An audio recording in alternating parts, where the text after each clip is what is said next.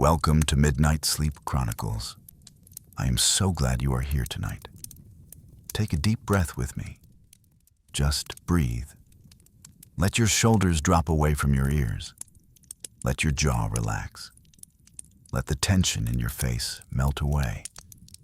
Let everything that happened today begin to fade into soft background noise. Tonight, I want you to imagine something. Picture yourself standing on an ancient plain.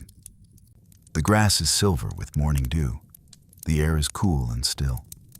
And all around you, rising from the earth like giants frozen in time, stand massive stones. Stones that have witnessed 5,000 years. Stones that have seen empires rise and fall. Stones that have watched the same stars wheel overhead, night after night, century after century, millennium after millennium. These stones are not random. They are not accidents of geology or whims of nature. They are placed, positioned, calculated, built with a precision that seems impossible for people who had no metal tools, no written language, no technology as we understand it. And yet, they built Stonehenge. They built Newgrange in Ireland. They built the 13 towers of Chanquillo in Peru. They built stone circles in the Sahara Desert. They built temples in Malta that capture the sun on the equinox. Different continents, different peoples, different times. And yet, the same obsession, the same knowledge, the same drive to capture the movements of the heavens in stone. How did they know? What did they understand that we have forgotten? Were these the remnants of an older wisdom, the last echoes of knowledge that was once more widespread? Were these people starting from scratch? Or were they remembering something that came before? Tonight, we are going to explore these questions. We will stand in the center of stone circles and watch the sun rise. We will trace the movements of the moon across the sky. We will listen to the legends of giants and wizards and portals between worlds. And we will ask the deepest question of all. What does it mean that human beings, separated by oceans and thousands of years, all looked up at the stars and felt compelled to build monuments to what they saw? Before we begin, if you are enjoying this journey, please leave a like and subscribe to the channel.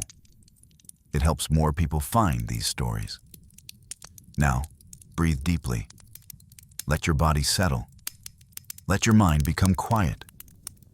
And follow me back through time, back to when stones spoke to stars, and stars answered. Let us begin. Act 1. Reality, the mathematics of stone. Close your eyes and place yourself on Salisbury Plain in southern England.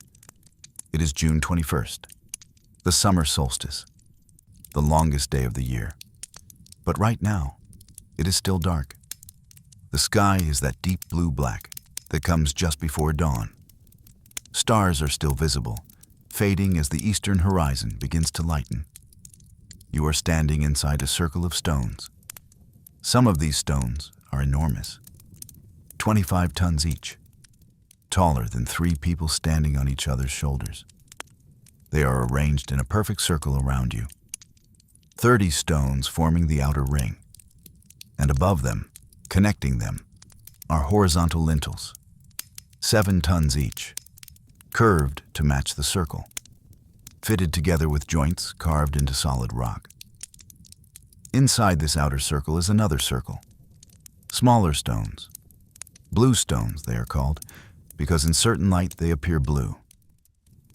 These stones came from Wales, 240 miles away, across rivers, across hills, through forests, each stone weighing several tons.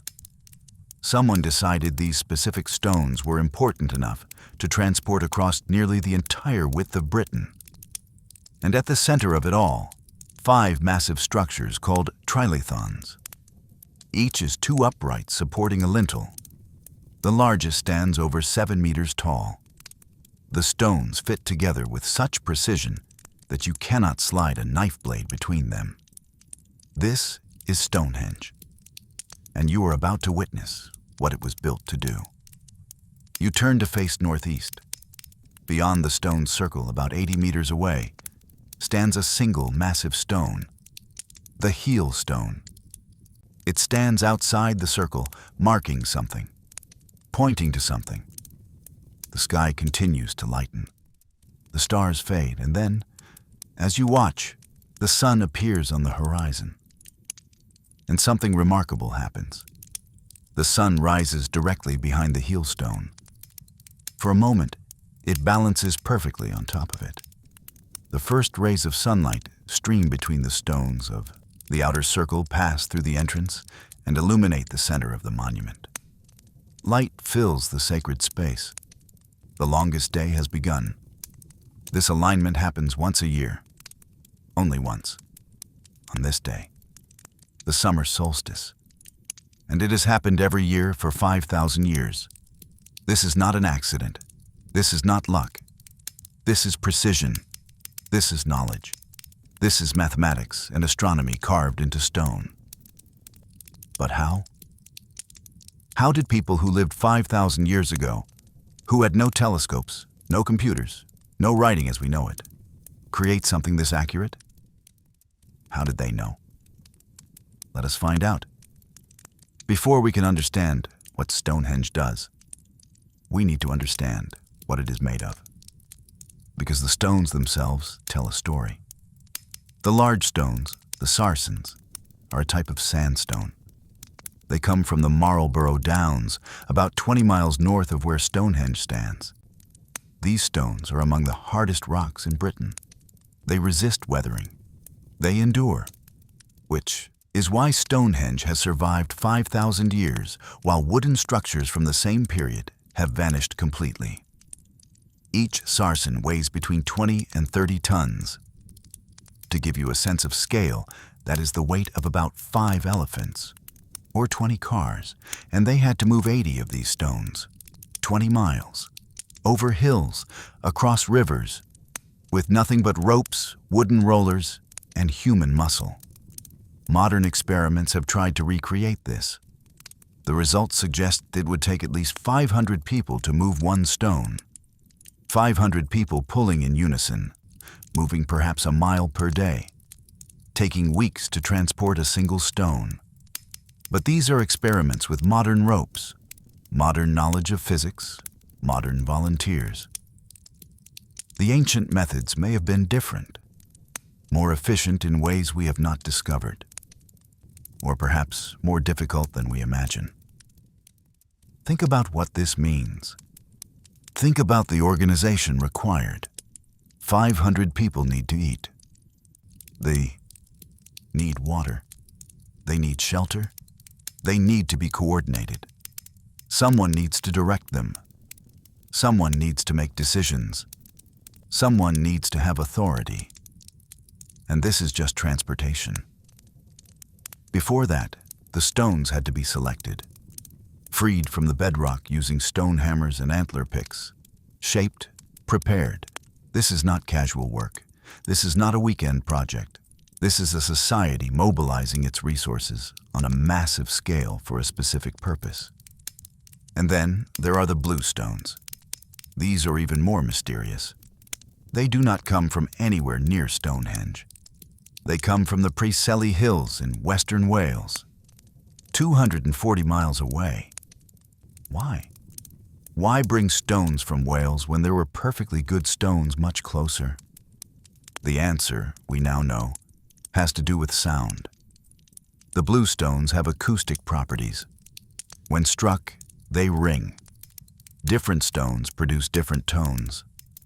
Stonehenge may have been not just an observatory, but also a musical instrument. A place where the order of the cosmos could not only be seen, but also heard. Imagine standing in the center of Stonehenge. Someone strikes the blue stones in sequence. Each rings out with its own note. The sounds resonate between the massive sarsens. The entire structure becomes a resonating chamber. Sound and stone and starlight combining into something that transcends any single element. But transporting the blue stones was even more challenging than moving the sarcens. Each blue stone weighs between 2 and 5 tons. Somehow, they traveled 240 miles from Wales to Salisbury Plain. How? We do not know for certain. The most popular theory suggests they were moved by sea along the Welsh coast, then up rivers, then dragged overland for the final stretch. But this is speculation. Other researchers have proposed that glaciers carried the stones most of the way during the Ice Age, and humans only moved them the final distance. Still others suggest routes and methods we have not yet imagined. What we know is this: the stones came from Wales. They are here. The journey, however it was accomplished, represents an enormous investment of effort. Months, perhaps years, perhaps generations, and it tells us something crucial. Whatever Stonehenge was for, it was worth this effort. It was important enough to justify transporting stones across nearly the entire width of Britain. Important enough to mobilize an entire society. Important enough to become the work of generations. Let us look more carefully at the structure itself. The outer circle consists of 30 sarsen uprights. Not 29, not 31. Exactly 30. This number is not arbitrary. 30 days is approximately the length of a lunar month. More precisely, a lunar month, the time from one new moon to the next, is 29.5 days. The ancient builders knew this, and they encoded it in the structure. But the knowledge goes deeper, much deeper. The circle is not perfectly round. Recent laser surveys have revealed that it is slightly elliptical. For decades, archaeologists assumed this was a construction error, an imperfection. But they were wrong. The ellipse is deliberate. It creates specific sight lines to points on the horizon where the moon rises and sets at its extreme positions. The moon's orbit around Earth is not constant. It wobbles. Over a period of 18.6 years, the moon traces out a complex pattern. Sometimes it rises at its most northern point, sometimes at its most southern point, and then it reverses. This cycle is called the lunar standstill, and it is encoded in the shape of Stonehenge. Think about what this means. To observe a complete lunar standstill cycle, you need to watch the moon for at least 18 years. More realistically, you need to watch for 37 years to see 2 complete cycles and confirm the pattern. 37 years of observation. Every night when the moon is visible, someone needs to mark where it rises, where it sets. Someone needs to notice the patterns, record them, remember them, and pass that knowledge on to the next generation of observers. Without writing, without notebooks, without computers. How did they do it? The most likely answer is oral tradition combined with physical markers. Stories that encoded astronomical knowledge, songs that preserved the patterns, teaching methods that use the landscape itself as a memory device, elders showing children where to look and when. Generation after generation maintaining an unbroken chain of observation and knowledge. This is sophisticated science. This is systematic observation over decades. This is knowledge that requires long-term thinking, careful record-keeping, and a society stable enough to maintain traditions across generations. These were not primitive people. They were brilliant observers of the natural world. And they encoded what they learned in the most permanent medium available to them: stone. Just inside the outer bank that surrounds Stonehenge, archaeologists discovered 56 pits arranged in a perfect circle. These pits are now called the Aubrey Holes, named after John Aubrey, the 17th century antiquarian who first noticed them. The pits were dug and then filled in again shortly afterward. Some contain cremated human remains. For years, No one understood their purpose. The number 56 seemed random, arbitrary, until astronomers started examining the mathematics of eclipses. Eclipses follow a pattern, a cycle. This cycle is called the Saros cycle, and it lasts 18 years, 11 days, and 8 hours. After one Saros cycle, the geometry of the sun, moon, and earth repeats. If there is an eclipse at the beginning of the cycle, there will be another similar eclipse at the end. But here is the key discovery. 3 Saros cycles equal 56 years. Not exactly, but close enough for practical prediction. And 56 Aubrey holes arranged in a circle create a physical model of this cycle.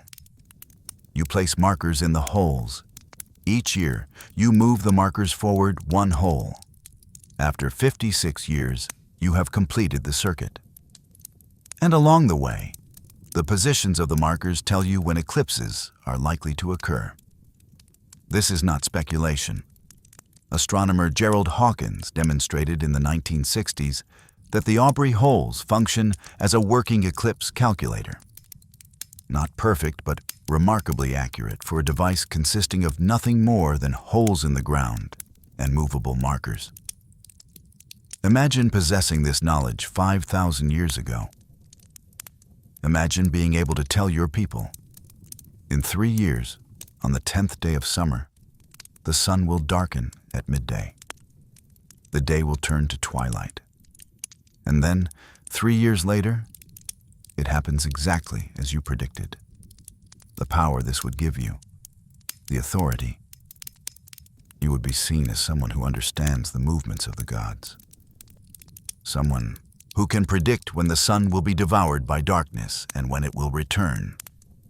You would be the keeper of cosmic order. But more important than power, the Aubrey holes tell us how these people thought.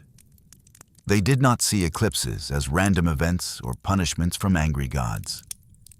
They saw them as part of a pattern, a cycle, something that could be understood, predicted, and marked. They saw order in the cosmos, and they built structures to make that order visible. Now let us address the practical question. How did they actually build this? Raising a 30-ton stone upright is an enormous challenge. You cannot simply tip it into place. If you let it fall too quickly, it will shatter. If it falls in the wrong direction, it will crush the workers. Everything must be controlled, precise, coordinated. Archaeologists have proposed various methods. The most widely accepted theory involves digging a pit with one sloping side and one vertical side. The stone is dragged to the edge so that one end overhangs the pit. Ropes are attached to the upper end. Hundreds of people pull on the ropes while others push at the base with long poles. Slowly, inch by inch, the stone tilts. The lower end slides into the pit. The stone pivots on the edge. This is the critical moment. If the stone tilts too far, it crashes to the ground and breaks. If it does not tilt far enough, it falls backward. The angle must be perfect. The coordination must be perfect.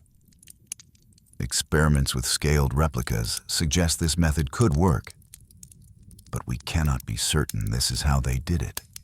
It is our best guess based on the physics and the tools available. The ancient builders may have used techniques we have not considered, methods lost to time. Once the stone is upright, the pit around its base is filled with smaller stones and packed earth. The upright must be held steady while this happens. More people, more ropes, more coordination. And then it begins again. Another stone, another pit, another day of exhausting labor. 30 times for the outer circle alone. Before any stones were raised, someone had to survey the site. Mark where each stone would stand. Calculate the angles. Measure the distances. This requires geometric knowledge, understanding of circles, ways to measure accurately over large distances. They would have used ropes marked at regular intervals, wooden stakes to mark positions, possibly chalk or charcoal to draw lines on the ground. The precision they achieved is extraordinary. When modern archaeologists measured the Sarsen circle, they found it deviates from a perfect circle by less than 4 inches over its entire 100-meter circumference. That is accuracy that rivals modern surveying equipment, achieved with nothing but ropes, stakes, and human judgment. And we have not even discussed the lintels yet. These are the horizontal stones that rest on top of the uprights. Each lintel weighs 7 tons, and they had to be lifted 7 meters into the air and positioned precisely. How was this achieved? Again, we work with theories rather than certainties. The most widely accepted explanation is that the builders constructed wooden platforms around the uprights. Ramps of earth and timber leading up to the platforms. The lintel stones were dragged up these ramps, possibly using log rollers, slowly, carefully, taking days or weeks to move each stone into position. Some researchers have proposed alternative methods: A-frame cranes, counterweight systems, techniques borrowed from shipbuilding. We simply do not know with certainty. What we do know is that somehow these 7-ton stones ended up balanced on top of uprights 7 meters high, and they have stayed there for 5,000 years. But here is where it becomes even more impressive. The lintels are not straight rectangular blocks. They are curved. Each one is shaped to match the curve of the circle. This means someone had to calculate the exact curve needed. And then workers had to shape 30-ton blocks of stone using nothing but stone hammers and antler tools to match that curve. The mathematics required for this, the skill, the patience, months of work to shape a single stone, and the joinery. On top of each upright is a projecting knob called a tenon. On the underside of each lintel is a socket called a mortise. When the lintel is lowered onto the upright, the tenon fits into the mortise. The stones lock together. The lintel cannot slide off. These are woodworking techniques. They appear in carpentry all over the world. But at Stonehenge, they are executed in stone, on structures weighing tons, with precision that ensures they have stayed locked together for 5,000 years. The lintels also connect to each other. Each lintel has a tongue on one end and a groove on the other. When placed side by side, they interlock. The entire ring of 30 lintels becomes one continuous, self-supporting structure. This is not primitive. This is sophisticated engineering. This is people who understood forces and weights and structures, who could plan complex construction projects, who could organize hundreds of workers, who could maintain a vision across years or decades of labor. After the lintels were in place, the wooden platforms were dismantled, the ramps removed, the earth hauled away, and what remained was stone. Only stone. Clean, precise, eternal. Archaeologists estimate that building Stonehenge required 30 million hours of human labor. If you had a workforce of 1,000 people working full-time, it would take each person 3 years. And we know the construction happened in phases over 1,500 years. Different generations adding, modifying, perfecting. This is the work of a complex society. A society with surplus food production so that people could spend time on projects that did not directly produce food. A society with society, leadership, and organization. A society with specialized knowledge passed down through generations. A society with a vision that extended beyond individual lifetimes. And they built all of this for one purpose: to mark the movements of the sun and moon, to make visible the patterns of the cosmos, to create a place where earth and sky meet. But Stonehenge is not alone. If Stonehenge were unique, we might dismiss it as an anomaly, a strange obsession of one particular group of people in one particular place. But it is not unique, not even close. Across the Atlantic Ocean, on the coast of Peru, stand the 13 towers of Chonquillo. They line a ridge running north to south. From observation points to the east and west, these towers function as a horizon calendar. Let me paint this picture for you. You are in the Peruvian coastal desert. The landscape is barren, dusty. The Andes Mountains rise in the distance. The Pacific Ocean lies beyond the western horizon. Between ocean and mountains is this dry valley. And in that valley, on a low ridge, 13 rectangular stone towers stand in a line. These towers were built around 2,300 years ago by a culture we know little about. They left no writing, no clear successor culture. But they left these towers, and the towers still work. Stand at the western observation point at sunrise. Throughout the year, the sun rises at different points along the tower line. Watch it carefully. Notice where it appears on the horizon. In June, at the northern solstice, the sun rises just to the left of the first tower, the northernmost tower. This marks the beginning of the cycle. Each day after, the sun rises slightly to the south, slowly, incrementally. You can track its movement by noting which gap between towers it rises through. Day by day, gap by gap, the sun moves south along the ridge. By September, at the autumn equinox, the sun rises in the middle of the tower line, halfway through its journey. Day and night are equal length, perfect balance. The sun continues its journey south.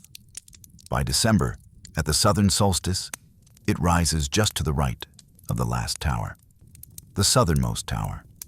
The sun has reached its extreme position, the shortest day, the longest night.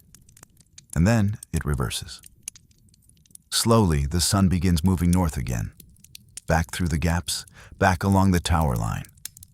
By March, the spring equinox, it is in the center again, balance restored. And by June, it has returned to where it started.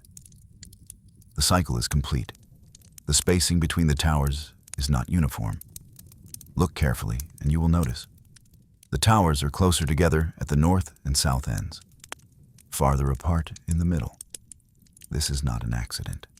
This is calibration. The sun does not move at constant speed along the horizon. It moves faster near the equinoxes, slower near the solstices. The irregular spacing of the towers compensates for this. It creates equal time intervals. Each gap between towers represents approximately 2 weeks, 14 days. This means you can determine the date within 2 weeks just by looking at where the sun rises. No complex calculations, no record keeping, just observation. Where is the sun? Which gap? What time of year? This is practical knowledge turned into permanent stone. This is a calendar you can read with your eyes. That will work for as long as the sun rises and the towers stand. That requires no maintenance, no updates, no correction. But Chonquillo is more than just a calendar. On the hilltop nearby stand the remains of a fortified complex. 3 concentric walls, interior rooms, plazas, and what appears to be an observation platform. This was not just a marking place.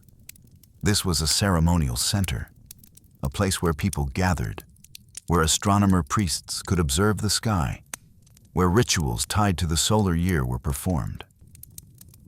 Imagine being here at the December solstice, the darkest time, the sun rising at its southernmost point, barely clearing the last tower.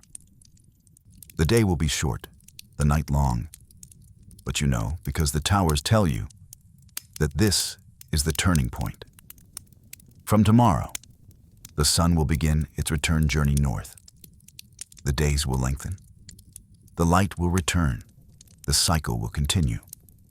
This knowledge, this certainty, this ability to predict, gives power, gives meaning, gives hope.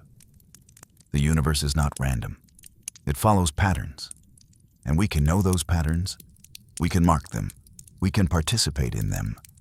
That is Chankilo. That is what these 13 towers represent. The human drive to understand, to measure, to make the invisible visible, to capture the movement of the cosmos in permanent form. In Ireland, older than Stonehenge by several centuries, stands Newgrange. This is not a stone circle, but a passage tomb, a massive mound of earth and stone, 85 meters across and 13 meters high. When it was built, around 3,200 BCE, the exterior was covered with brilliant white quartz stones. In full sunlight, this monument would have blazed like a beacon, visible for miles across the landscape, a statement of permanence and power. Let me take you inside. Approach the entrance. Before you is a massive stone, called the entrance stone, carved with spirals and other geometric patterns, triple spirals, concentric circles, lozenges.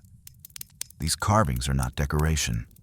They are language, symbols, messages whose meaning we can only guess at. But their complexity tells us that the builders had systems of abstract thought, ways of representing concepts that transcend the literal. Beyond the entrance stone, the passage begins. It is narrow, less than a meter wide. You must duck to enter. The ceiling is low. The walls press close on either side. These walls are made of enormous stones, megaliths, some weighing more than 40 tons. How they were moved into position remains a mystery. How they were fitted so. Precisely that 5,000 years later the passage has not collapsed is an engineering triumph. The passage stretches 19 meters into the heart of the mound. Walking through it, you are walking through stone, through darkness, through the body of the earth. At the end, the passage opens into a cruciform chamber, a central space with 3 alcoves branching off. The ceiling rises above you in a corbelled dome. Each stone projects slightly inward from the one below, layer by layer, ring by ring, until they meet at the top. No mortar, just perfect weight distribution. This dome has borne the weight of the mound for 5 millennia without shifting. In the alcoves are large stone basins. These once held cremated remains, bones reduced to fragments, placed carefully in the basins. This is a tomb, a place of death, a sacred space where the ancestors were laid to rest. For 364 days of the year, this chamber is in absolute darkness. The passages too long, too angled. Daylight cannot reach the interior. The dead rest in perpetual night. But on the winter solstice, the shortest day, the darkest day, something extraordinary happens. Above the entrance, there is a small rectangular opening. It is called the roof box. For most of the year, it is closed. But at the winter solstice, if the sky is clear, the rising sun shines directly through this opening. Not through the main entrance. Through the roof box, the beam of light travels down the passage, straight as an arrow, precise as a laser. It illuminates the chamber. It strikes the back wall. It fills the 3 alcoves with golden light. For 17 minutes, the dead are bathed in sunlight. The living sun touches those who can no longer see it. Light enters the deepest darkness. And then the sun continues its climb. The angle changes. The beam shifts. The light fades. Darkness returns.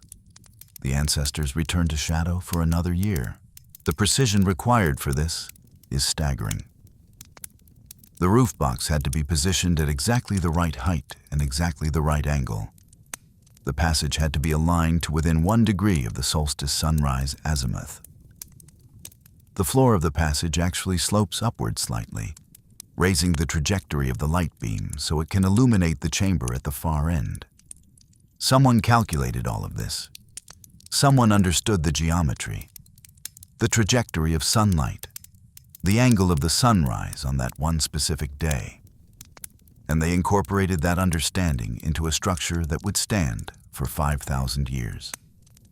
But Newgrange is more than engineering. It is theology. It is a statement about life and death and the relationship between them.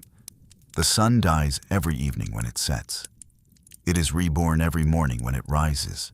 It weakens every winter. It strengthens every spring. This is the cycle. This is the pattern. And the dead? They are part of this pattern. They have set like the sun. But the fact that light reaches them once a year on the darkest day at the moment of the sun's weakest point, just before it begins to strengthen again, suggests something profound. The dead are not gone. They are part of the cycle. They will return, like the sun, like the spring, like all things that seem to die, but are only changing form. This is hope made concrete. This is faith encoded in stone. This is the understanding that death is not an ending, but a transformation, a setting that implies a rising, a darkness that promises light. Stand inside Newgrange on the winter solstice. Feel the cold, the darkness, the weight of earth above you, the presence of the dead in their stone basins. And then watch as the sun, impossibly, finds its way through stone and earth and darkness to touch this space, to bring light where light should not reach, to connect the living and the dead in a moment of golden radiance. That is Newgrange. That is what it does. That is why it was built. In Egypt, in the Sahara Desert, stand the stone circles of Nabta Playa. These are 7,000 years old, 7 millennia, built by nomadic cattle herders who seasonally inhabited the area when it was grassland rather than desert. The stones are not as massive as those at Stonehenge, but they are precisely positioned. They mark the cardinal directions. They mark the summer solstice sunrise. And some researchers believe they mark the heliacal rising of Sirius, the brightest star in the night sky. The heliacal rising is the moment when a star becomes visible just before dawn, after a period of invisibility. For Sirius, this occurred in ancient times, around the summer solstice.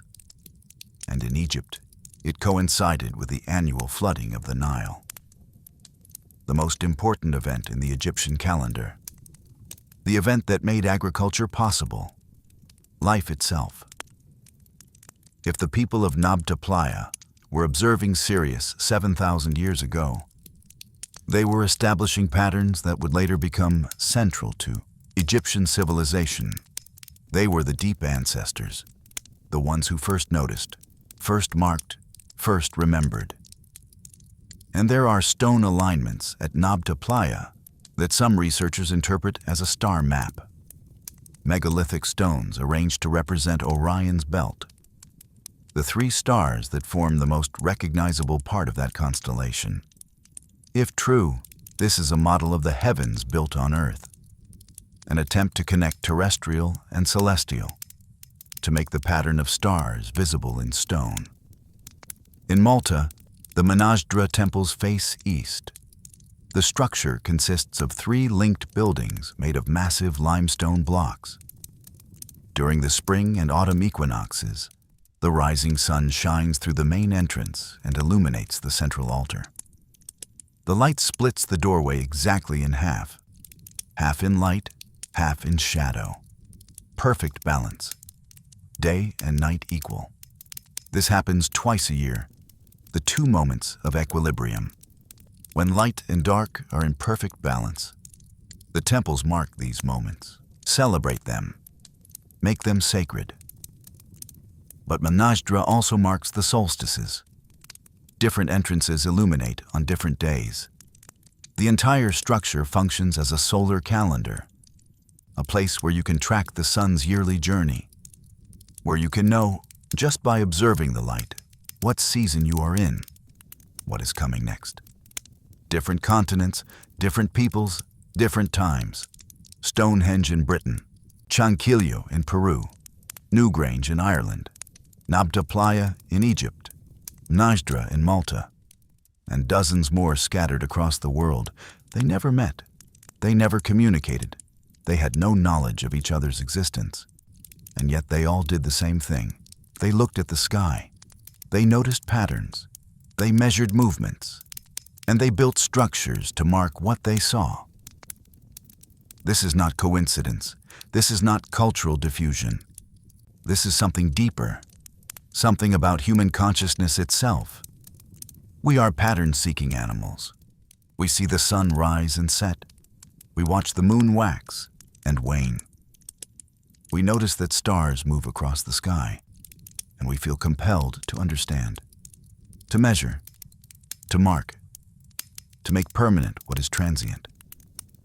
And perhaps there is something else, something we have forgotten, a knowledge that was once more widespread, a sophistication that appeared too early, too fully formed, to be explained by the standard story of gradual progress from ignorance to knowledge.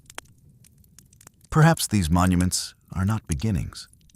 Perhaps they are echoes, the last fragments of something that came before, something we are only now beginning to glimpse through the stones they left behind. Breathe. Let these images settle. Let your mind wander through stone circles and passage tombs, through desert observatories and island temples. Feel the presence of those ancient watchers, those patient observers who spent lifetimes tracking the stars. We are going to go deeper now, into the stories, into the myths and legends that have gathered around these places like morning mist, into what people believed about these stones when memory of their builders had faded, but the stones remained, silent, eternal, mysterious. Let your breathing slow. Let your body sink deeper into rest. And follow me into the realm where history becomes legend, where fact becomes story, where the boundaries blur. Act 2. Legends, when stones were people.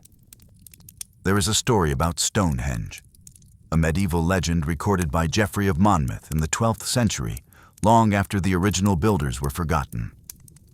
According to Geoffrey, Stonehenge was brought to Britain by the wizard Merlin. The stones originally stood in Ireland, on a mountain called Killaraios. They were called the Giants' Dance because, the legend said, giants from Africa had carried them to Ireland in the distant past. These stones had healing properties. Water poured over them could cure illness. People came from far away to be healed by the Giants' Dance. King Aurelius Ambrosius of Britain wanted to create a memorial for warriors who had died in battle. His advisor, Merlin, suggested bringing the Giants' Dance from Ireland to Salisbury Plain. The king sent an army to take the stones. But when they arrived in Ireland, they discovered they could not move them. The stones were too heavy, too firmly rooted in this earth. So Merlin used his arts. The text is ambiguous about whether this means magic or machinery. Perhaps in the medieval mind, there was no clear distinction. Merlin applied his knowledge, his power, his understanding of things hidden from ordinary people. And the stones moved. They were transported across the sea, brought to Salisbury Plain, raised again in England. This is myth, of course. We know the blue stones came from Wales, not Ireland. We know there was no Merlin, no giants, no magic. But look closer at what the myth preserves. It remembers that the stones came from far away. It remembers that moving them was extraordinarily difficult, requiring special knowledge or power. It remembers that the stones had healing properties, that they were connected to health and wholeness. It remembers that they were associated with death and memorials. These are not random details. They are echoes of something real, distorted by time, transformed through countless retellings, but memories nonetheless. Myths are not lies. They are truths told in the language of symbol and story, and they preserve things that historical records do not. Feelings, meanings, the emotional truth of how people experience these places. The stones came from far away. This is true. Moving them required special knowledge and organization. This is true. They were associated with the sacred, with healing, with the boundary between life and death. This, we suspect, is also true.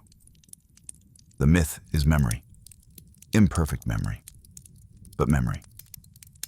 All across Europe, there are legends about stone circles being people who were turned to stone for transgressing some rule, usually for dancing when they should not have been dancing. In Cornwall, there is a circle called the Merry Maidens, 19 stones standing in a perfect ring. The legend says they were young women who danced on Sunday instead of going to church. As punishment, they were turned to stone, frozen forever in their circle. Nearby stand 2 tall stones called the Pipers, the musicians who played for the dance, also petrified. In Cumbria, there is Long Meg and her daughters. Long Meg is a tall standing stone.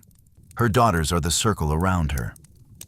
The legend says they were a witch and her coven, caught performing a ritual. Turned to stone as they danced, the same pattern appears again and again.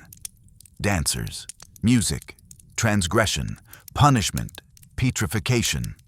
The dance frozen forever in stone. Why this particular myth? Why is it so persistent? Partly, it explains what cannot otherwise be explained. When people encountered stone circles whose builders had been forgotten, they needed a story. Why are these stones here? Who put them here? The myth answers, they were people. They danced. They were turned to stone. It is a complete explanation that requires no knowledge of engineering or astronomy. But perhaps the myth also preserves something real.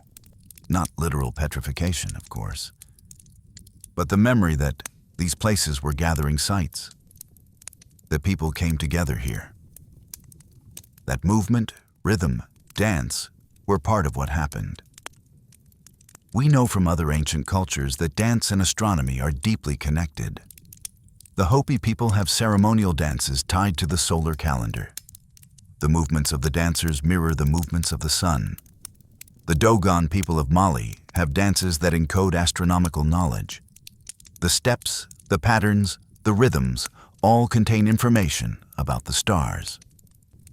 If knowledge at Stonehenge and other circles was preserved through dance, then the myth takes on new meaning. The stones are the dance made permanent, the pattern frozen.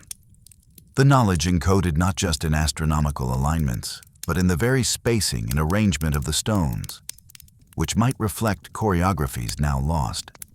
Dance is one of the oldest forms of knowledge transmission. It uses the body as a tool for memory. The movements become automatic, embodied.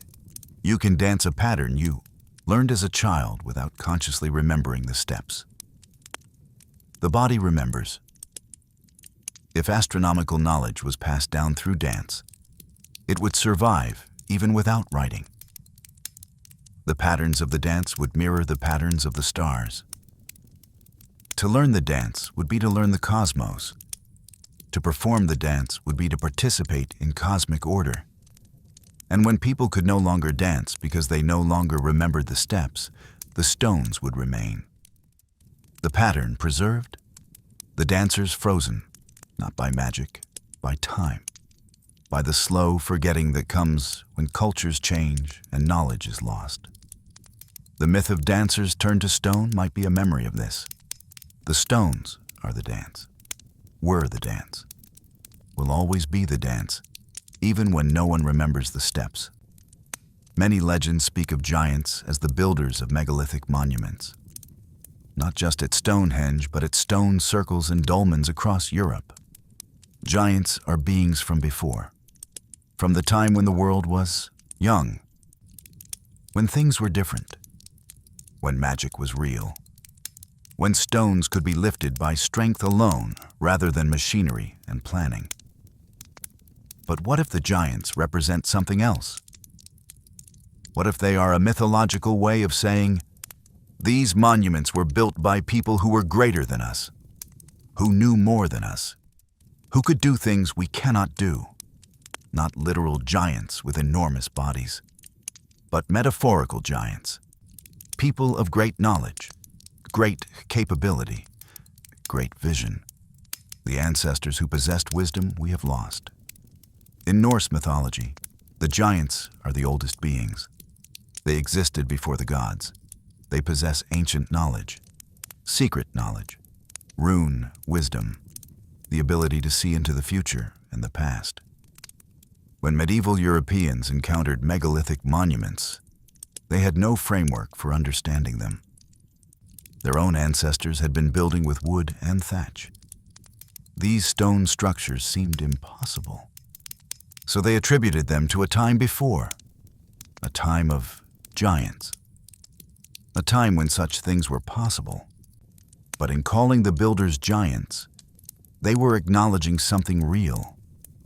These structures were built by people with capabilities that seemed superhuman, with knowledge that seemed impossible, with a vision and organization that transcended normal human limits. The giants in this reading are not fantasy. They are recognition, awe preserved in myth, the acknowledgement that whoever built these monuments possessed something extraordinary. Many legends speak of stones having healing properties, that touching certain stones could cure illness, that water poured over stones and collected at the base became medicine, that stones could draw out sickness and restore wholeness. We might dismiss this as superstition, but consider. The blue stones of Stonehenge ring when struck. They are acoustic stones. Sound affects the human body. We know this. Certain frequencies can promote healing, can reduce pain, can alter consciousness. This is not magic. This is physics. Sound is vibration, and vibration affects matter, including the matter of our bodies. What if the blue stones were chosen precisely because of their acoustic properties?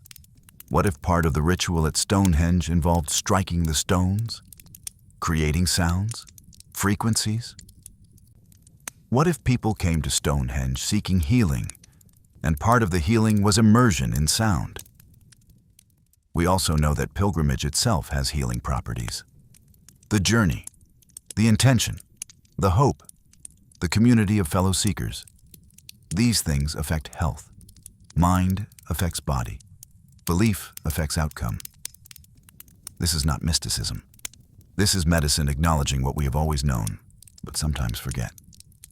The healing is not just physical. So when legends say the stones could heal, they might be preserving a truth.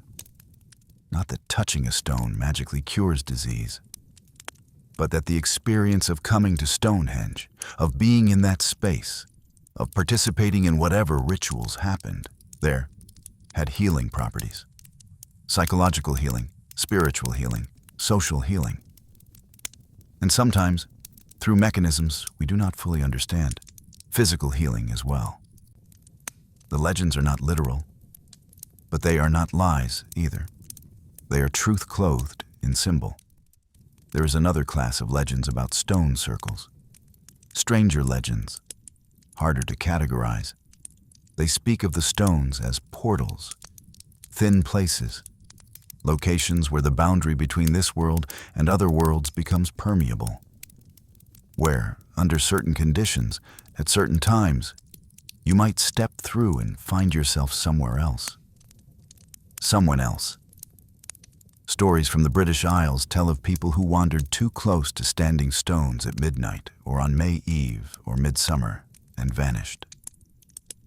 Or who returned years later, unchanged, while decades had passed in the ordinary world. Or who came back transformed, marked by their experience, unable or unwilling to speak of what they saw. These are fairy stories, or fairy, folk tales, fantasy. right? But anthropologists find these stories everywhere. In every culture that has sacred sites, places considered dangerous, liminal, where the rules are different, where ordinary people should not go without preparation. What is being described in these stories? One possibility: nothing. They are just warnings to keep people away from sacred sites. Cautionary tales with no basis in experience. Another possibility: they describe real psychological phenomena. Altered states of consciousness, experiences that can occur at certain locations under certain conditions. We know that environment affects consciousness, that sensory deprivation or sensory overload can induce altered states, that expectation and ritual can open doorways in the mind, that certain places, through a combination of acoustics, light, and cultural meaning, can facilitate experiences that feel profoundly different from ordinary awareness. If you spent the night inside a stone circle alone, fasting, with the intention of receiving a vision, you might well have an experience that felt like entering another world. Your brain, deprived of normal inputs, generating its own reality. Your mind, focused by intention and cultural framework, interpreting what it perceives as contact with the sacred. This is not dismissing the experience as unreal. It is acknowledging that consciousness is more flexible than we usually recognize, that there are states of mind, ways of perceiving, that are very different from our ordinary waking awareness, and that ancient peoples, perhaps more than modern peoples, knew how to access these states deliberately. The stone circles might have been used for vision quests, for initiations, for encounters with whatever lies beyond ordinary consciousness, not because the stones themselves are portals, but because the combination of place, expectation, ritual, and altered state creates conditions where consciousness can expand, transform, touch something beyond the everyday. The legends preserve this, not literally, not accurately, but truly. The stone circles are places where boundaries thin, where ordinary rules do not quite apply, where consciousness can journey. Here is another legend, less common but persistent, that stone circles were places of sacred sleep, of incubation, that if you slept inside the circle on certain nights, you would dream dreams that were not just dreams. Messages, visions, healings, prophecies. This practice is attested in many ancient cultures. In Greece, people slept in the temples of Asclepius, seeking healing dreams. In Egypt, seekers slept in temple complexes, seeking visions. The practice appears in indigenous cultures worldwide. The logic is simple. Sleep is when the ordinary mind quiets, when barriers dissolve, when the unconscious can speak. If you create the right conditions, intention, place, ritual, the dreams that come might carry weight, meaning, truth. Imagine traveling to Stonehenge on the night of the summer solstice. You have prepared, fasted, purified yourself. You enter the stone circle as the sun sets. The sky darkens. Stars appear. You lie down in the center. The stones rise around you like guardians. You watch the stars wheel overhead. The Milky Way stretches across the sky. You are surrounded by stone and starlight. Your normal life feels distant. You are in a threshold space, between day and night, between profane and sacred, between sleeping and waking. Eventually, you drift into sleep. But it is not ordinary sleep. It is sleep inside Stonehenge, sleep surrounded by stones aligned to sun and moon and stars. Sleep in a place where thousands of people before you have slept, dreamed, sought visions. And in that sleep, you dream. And the dreams feel different, more vivid, more meaningful, charged with significance. You dream of ancestors, of stars, of patterns that connect everything. You dream understanding that cannot be put into words, but that changes you nonetheless. You wake at dawn. The sun rises through the heel stone. Light fills the circle. You emerge transformed, not because magic happened, but because you created conditions where consciousness could shift, where the boundaries of self could expand, where you could, for a time, experience yourself as part of something larger.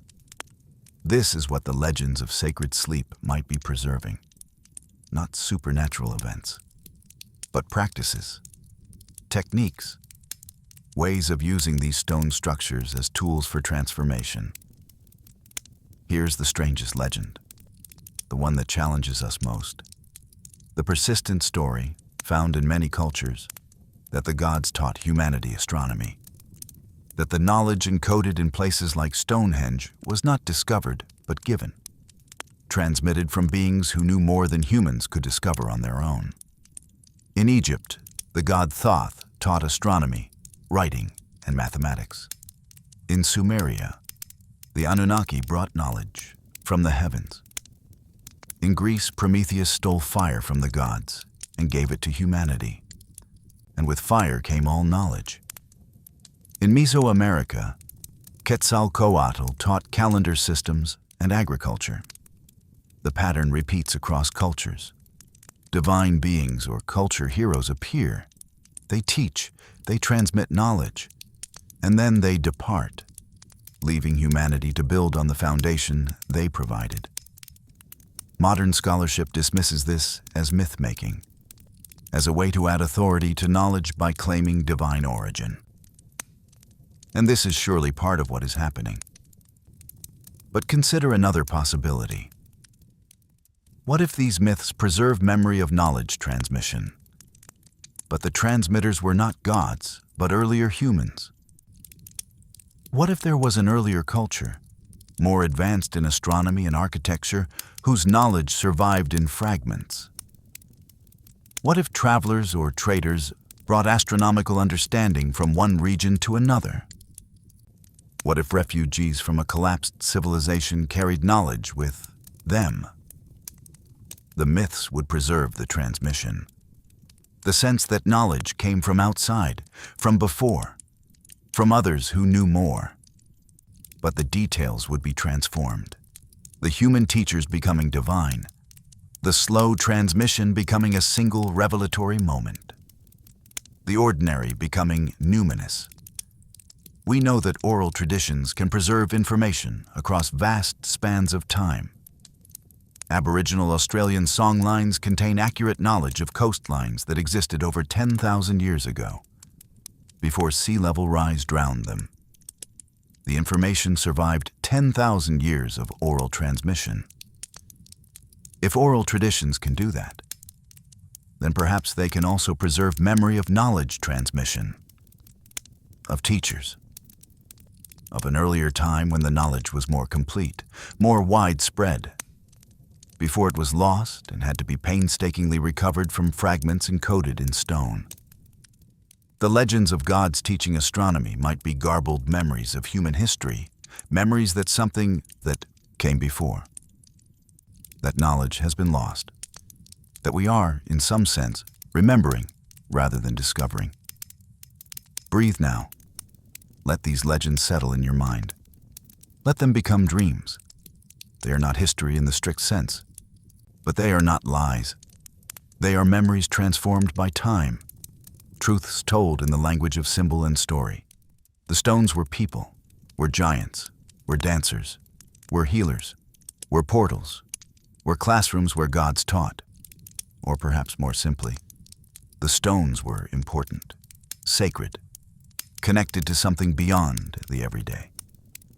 And the legends preserve that importance, even when the specifics have been forgotten. We are going to go deeper now, into the heart of the mystery, into the questions that have no easy answers, into the philosophy and cosmology that might explain why these monuments exist at all. Let your mind become very quiet. Let the boundary between waking and sleeping blur, and follow me into the deepest waters. Act 3. Mythology, the universe that watches itself. Stand at Stonehenge at midnight. Modern Stonehenge after closing hours in your imagination. The stones rise around you, dark against a clear sky. There is no moon. The stars are visible in numbers that city dwellers never see.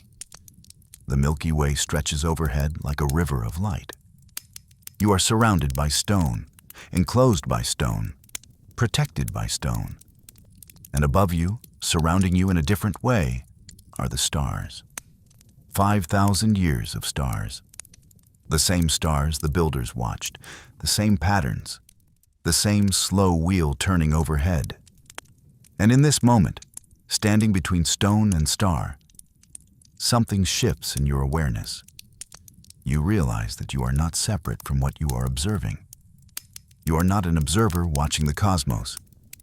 You are the cosmos observing itself. You are matter that has become aware. Stardust that has learned to contemplate stars. This is not poetry. This is physics. Your body is made of elements forged in stellar furnaces. Carbon, oxygen, iron, calcium. Every atom in your body except hydrogen was created in the heart of a dying star. You are literally made of star matter. You are the cosmos in human form. And consciousness? Where does that come from? We do not fully know. But we know it arises from matter. From the complex organization of atoms, into molecules, into cells, into neurons, into brains. Matter becoming aware of itself. At Stonehenge, ancient people created a structure to observe the cosmos. But in doing so, they created something more. A place where the cosmos could observe itself more clearly. A tool for self-awareness. An instrument by which the universe could know its own patterns. This is the deepest meaning of Stonehenge. Not just that humans watched stars, but that through humans, through consciousness, through structures like Stonehenge, the universe learned to watch itself.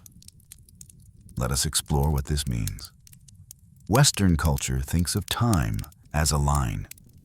Past behind us, future ahead, progress, development, moving forward, never returning, each moment unique, each event singular. This creates a particular way of being, always rushing, always anxious about time running out, always trying to accomplish before time ends. The tyranny of the clock, the pressure of deadlines, the fear of wasted time. But many ancient cultures thought differently. Time as a circle, cycles that repeat. What has been will be again. What is done will be done again. The sun rises and sets and rises. The moon waxes and wanes and waxes. The seasons turn and turn. Nothing is truly new. Everything returns. This is not pessimism. It is a different relationship with existence. If time is a circle, you are not racing toward an end. You are participating in a dance. You find your place in the pattern and move with it. The urgency dissolves. The anxiety eases. You become part of the rhythm. Stonehenge embodies circular time. The circle of 30, stones marking the lunar month. The annual return of the solstices. The 18.6-year cycle of the moon, encoded in the ellipse. The 56-year eclipse cycle marked by the Aubrey holes. Circles within circles within circles, all turning, all returning, all eternal. When you stand inside Stonehenge, you stand inside circular time. You experience it physically. The stones around you forming a circle. The sun and moon moving in circles above you. The years turning. The centuries turning. And you, briefly present, part of the pattern. And here is what is strange. Modern physics suggests the circular view might be more accurate than the linear view. In Einstein's relativity, time is a dimension. The past and future exist as surely as the present. The only difference is where you are standing in the four-dimensional structure of space-time. In this view, time does not flow. It exists, all of it, past, present, future simultaneously. The flow is an illusion created by consciousness moving through time. Like someone walking through a landscape experiences the landscape sequentially, even though all of it exists at once. The ancient builders intuited this, not through mathematics, through experience, through watching the eternal return of the sun and moon and stars, through recognizing that the patterns repeat, that there is no absolute beginning or end, only the cycle. They built Stonehenge as a physical embodiment of circular time, a place where you can experience time not as a line, but as a wheel, where you can step, even briefly, outside the illusion of linear time and experience the eternal return. The structure of Stonehenge is not arbitrary. The proportions, the angles, the relationships between elements follow mathematical patterns. Patterns that appear throughout nature and ancient architecture. The number 30, the number 56, the relationships between the diameters of the circles, the angles of the sight lines. None of this is random. All of it is calculated, precisely calculated. This is what ancient cultures called sacred geometry. The idea that certain mathematical relationships are fundamental to reality itself. Not just convenient, not just beautiful, but essential, built into the fabric of existence. Modern physics would agree. The universe operates according to mathematical laws, the orbits of planets, the structure of atoms, the propagation of light. All of it can be described with mathematics. All of it follows precise patterns. When ancient builders encoded these patterns in architecture, they were creating physical models of cosmic order, making the invisible visible, making the abstract concrete. Stonehenge is a textbook, a three-dimensional diagram of celestial mechanics, a teaching tool. But it is more than that. It is also a machine, an instrument, a device for aligning human consciousness with cosmic pattern. When you stand at the center of Stonehenge, you are standing at the center of a geometric model. The stones around you represent cycles. The spaces between them represent moments of intersection.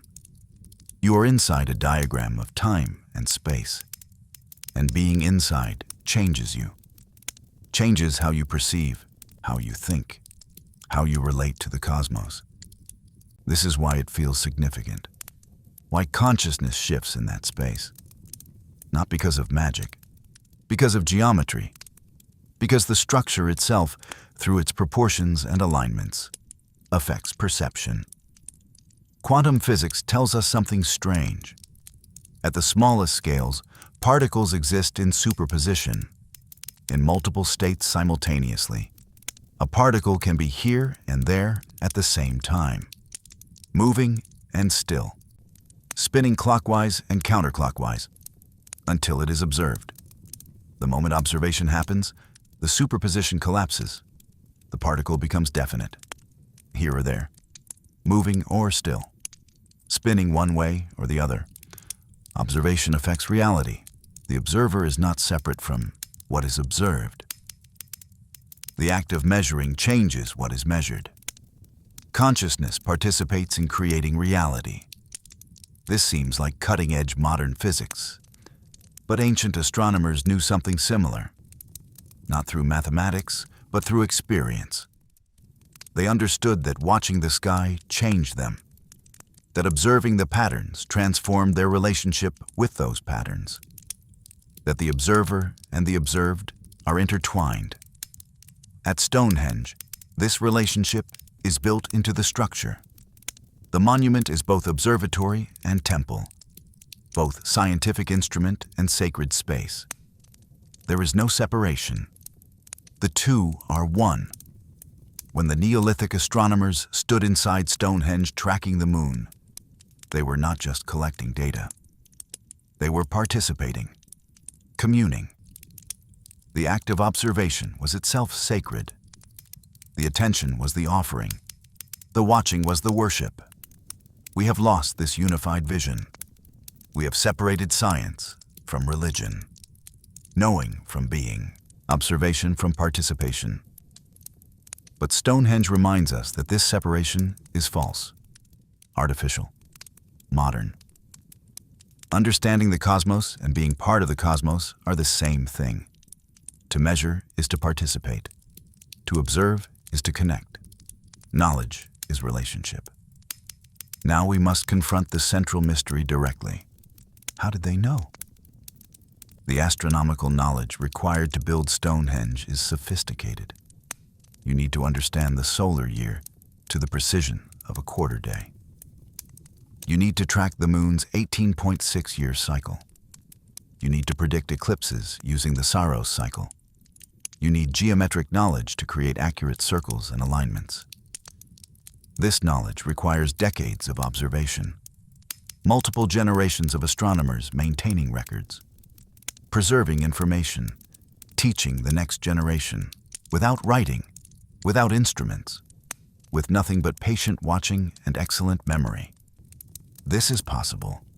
Oral cultures can preserve complex information across generations. But the earliest megalithic structures we have found are not crude. They are sophisticated.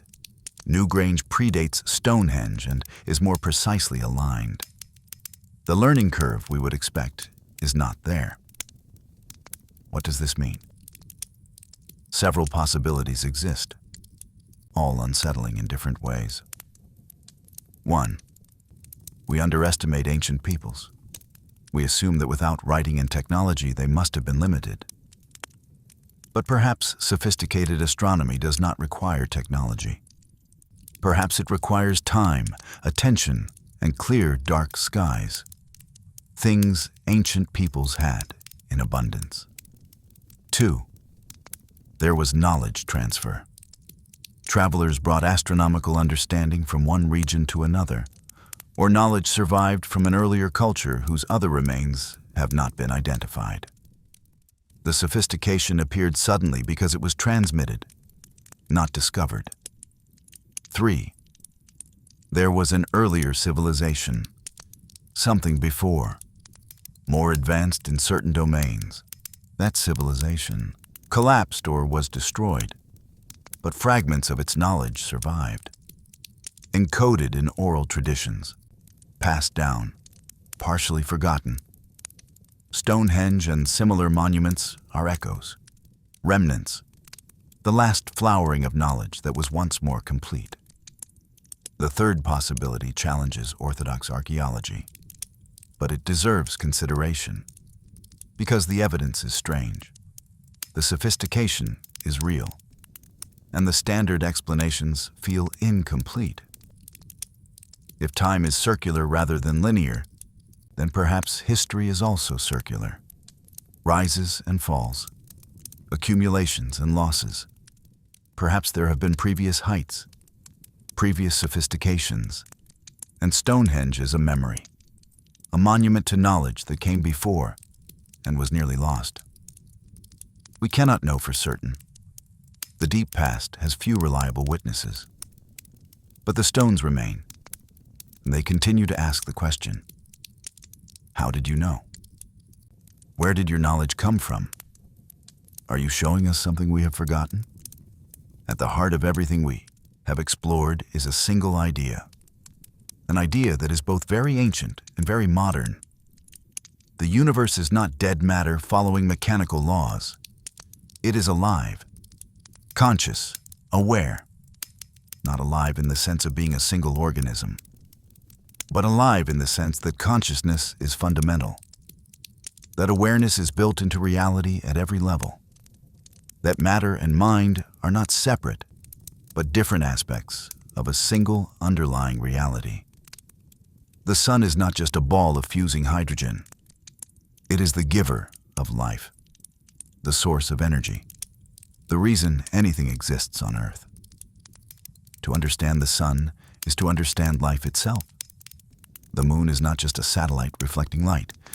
It is the measurer of time, the puller of tides, the influence on cycles. To understand the moon is to understand rhythm and transformation. The stars are not just distant fusion reactors. They are the eternal patterns, the reference points, the proof that order persists even as everything changes. To understand the stars is to understand permanence within flux. And Earth is not just a planet, it is the ground, the substance, the matter we are made of. To understand Earth is to understand that we are not separate. We are part. We are expressions of the planet becoming aware of itself. This cosmology, this way of seeing, is encoded in structures like Stonehenge. The stones ground you in Earth. The alignments connect you to sky. Standing between, you experience yourself as the link, the point of connection, the place where matter becomes consciousness. This is not primitive animism. This is sophisticated philosophy. And modern physics is beginning to arrive at similar conclusions through different routes. Consciousness might not be an accidental byproduct of complex brains. It might be fundamental, built in, present at every level. If consciousness is fundamental, then the ancient view was correct. The universe is alive, and we are the universe experiencing itself. Stonehenge is a tool for that experience, a place where awareness becomes clear, where the cosmos looks at itself and recognizes what it is. Let us gather everything together now. All the threads, all the questions, all the mysteries. Stonehenge is stone. Massive stones moved with enormous effort, raised with incredible skill, positioned with mathematical precision. This is real, material, undeniable. Stonehenge is an observatory. It tracks the sun, it marks the moon, it predicts eclipses, it functions as a calendar. This is practical knowledge, useful knowledge, knowledge that helps you survive by understanding the seasons. Stonehenge is a temple, a sacred space, a place set apart, where the boundary between ordinary and extraordinary thins, where ritual happens, where people gather to mark the turnings of the year. This is spiritual, communal, meaningful. Stonehenge is a teacher, a physical model of astronomical cycles, a diagram in stone, a way to pass knowledge down through generations without writing. This is pedagogy, wisdom transmission, cultural memory. Stonehenge is a mystery.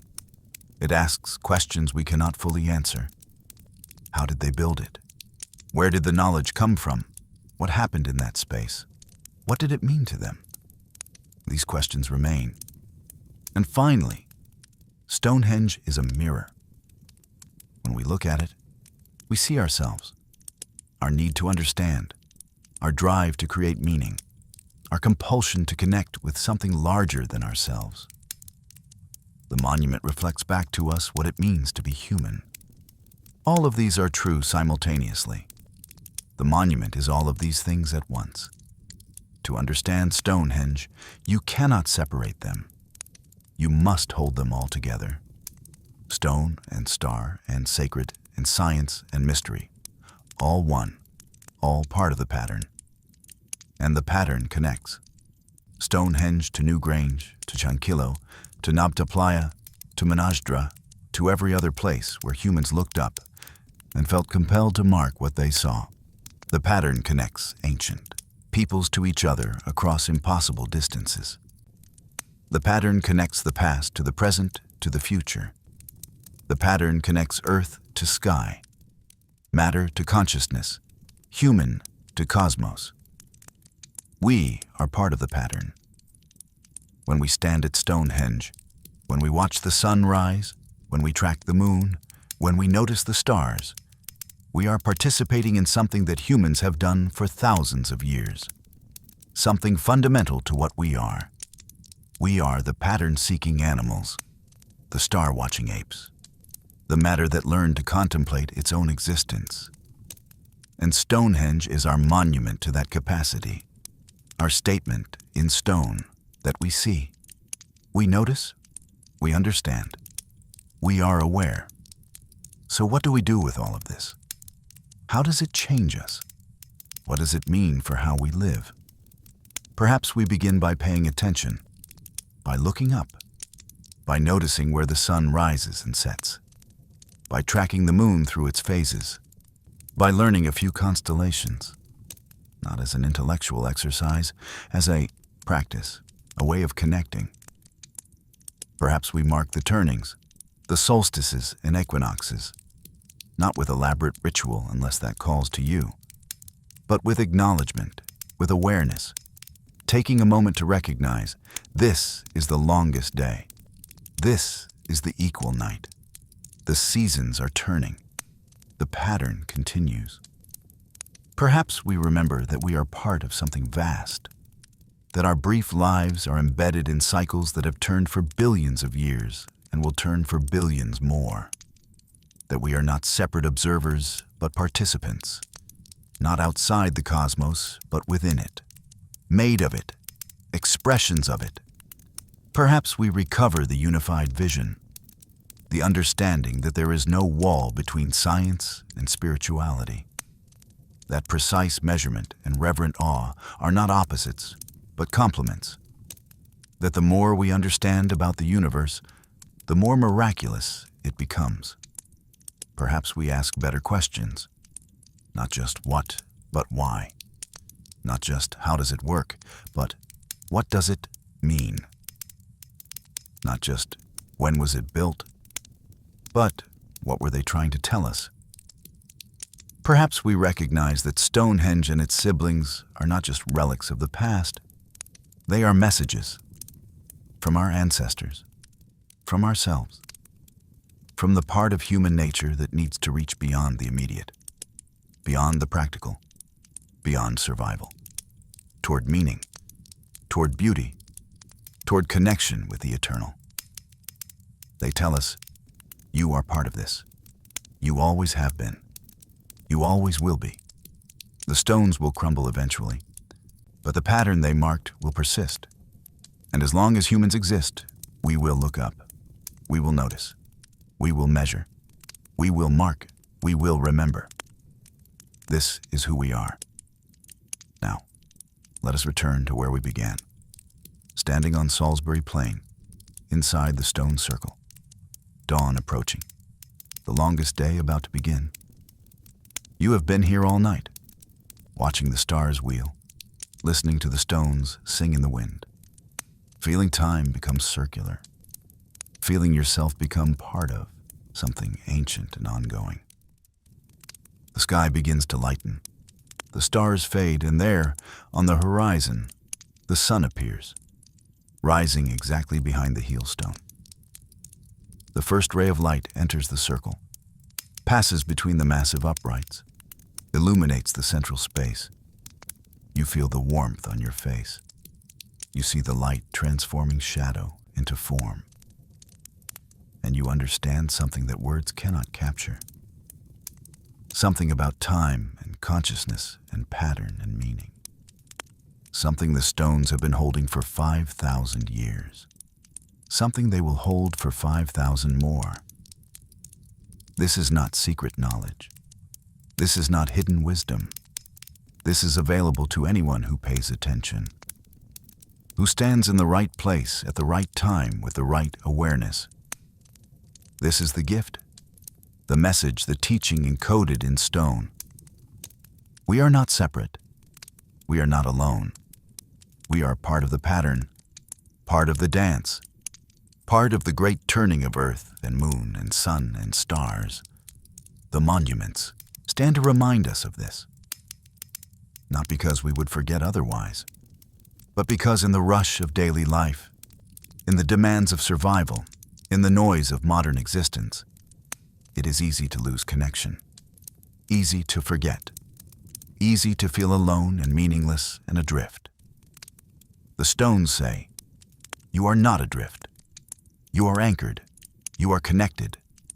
You are part of something that has been turning since before there were humans and will continue turning long after.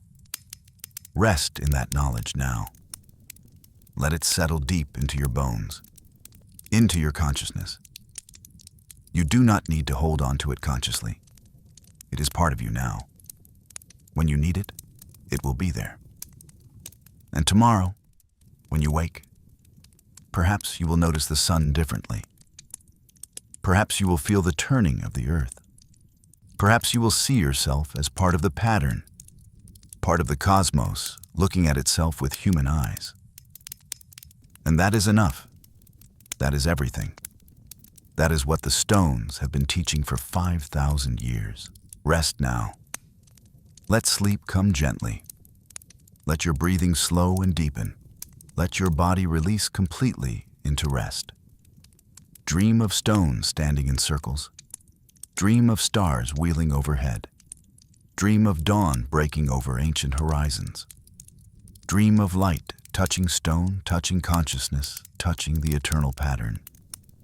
Dream of yourself as matter becoming aware, as the universe experiencing itself, as the pattern recognizing pattern, as the dance dancing itself.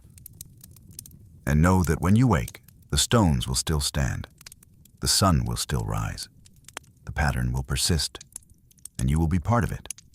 You always have been. You always will be. Good night. Until the next turning, until the next sunrise, until we meet again in the space where stone and star and consciousness converge. Good night.